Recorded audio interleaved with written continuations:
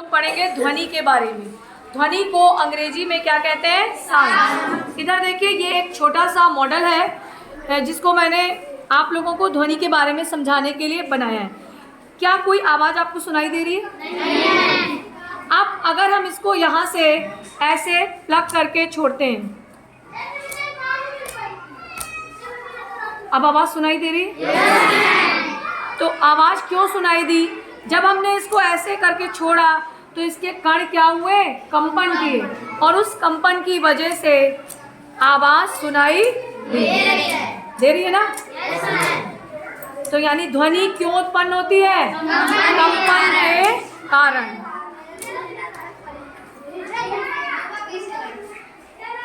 हम कंपन को देख सकते हैं और कुछ में नहीं देख सकते हैं। कैसे? देखिए, ये एक ड्रम है, उस पर हमने ये थर्माकोल की गोलियां फैला दी हैं। अभी कोई आवाज़ सुनाई दे रही है ड्रम की? जब हम इससे आघात करेंगे तो इसका ये जो मेम्ब्रेन है, इसमें कंपन होगा।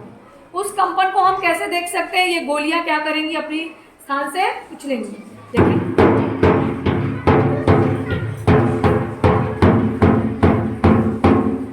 इसका मतलब क्या है कि ये जो इस पे चद्दर लगी है, ये कंपन कर रही है, और हमने देखा भी ये गोलियां क्या हो रही हैं? उछल रही है।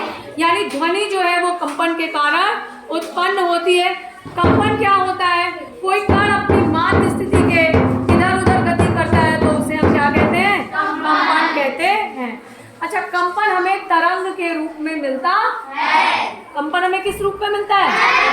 तरंग के रूप में मिलता है।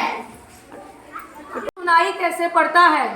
ये क्या है? लाउड स्पीकर है, और यहाँ पर एक सुनने वाला व्यक्ति बैठा है जिसके कान है। सारे लोग मॉडल पे देखें, ठीक है?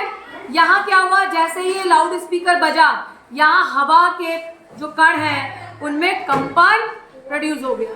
क्या हुआ? कंपन। ये कंपन एक तरंग के रूप में चलता हुआ कान तक पहुंचा, और कान ने इसे कहाँ तक पहुंचाया? मस्तिष्क तक, और हमें आवाज क्या हुई? सुनाई दी। अब जब इसमें कंपन होता है, इन हवा के कणों में कंपन होता है, तो कुछ हवा के कण पास पास आ जाते हैं और कुछ हवा के कण दूर दूर चले जाते हैं। तो इनमें संपीड़न और विरलन बन जाता है। जब पास पास आते हैं तो बोलते हैं संपीड़न, जब दूर दूर जाते हैं तो बोलते हैं विरलन। और एक तरंग, ये कंपन हमें एक तरंग के रूप में मिलता है, और ये तरंग हमारे कान तक पहुंचती, कान इसको मस्तिष्क तक पहुंचाता है और हमें सुनाई देता है। अब सोच के देखिए, अगर ये हवा के पार्टिकल ना हो तो क्या यहाँ की निकली ध्वनि यहाँ सुन पाएंगे? नहीं। इसका मतलब ये निष्कर्ष निकलता है कि ध्वनि तरंगों के संचरण के लिए हमें माध्यम की जरूरत है। यहाँ पे माध्यम क्या है? हवा। अगर आप मेरी आवाज सुन पा रहे हैं, क्यों? क्योंकि आपके हमारे बीच में हवा का क्या है? माध्यम है। अगर ये माध्यम हम हटा दें तो क्या आप मेरी आवाज सुन पाएंगे? नहीं सुन पाएंगे, है ना? क्या ध्वनि तरंगे निर्वात में संचरण कर सकती हैं? नहीं। निर्वात क्या होता है? क्या होता है निर्वात? कौन सा रहित? वायु रहित स्थान क्या होता है? निर्वात होता है।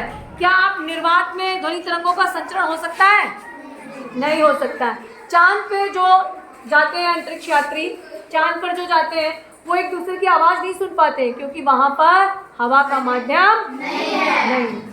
तो आज हमने सीखा कि ध्वनि कैसे उत्पन्न होती है? कंपन किस रूप में मिलता है? तरंग के रूप में मिलता है।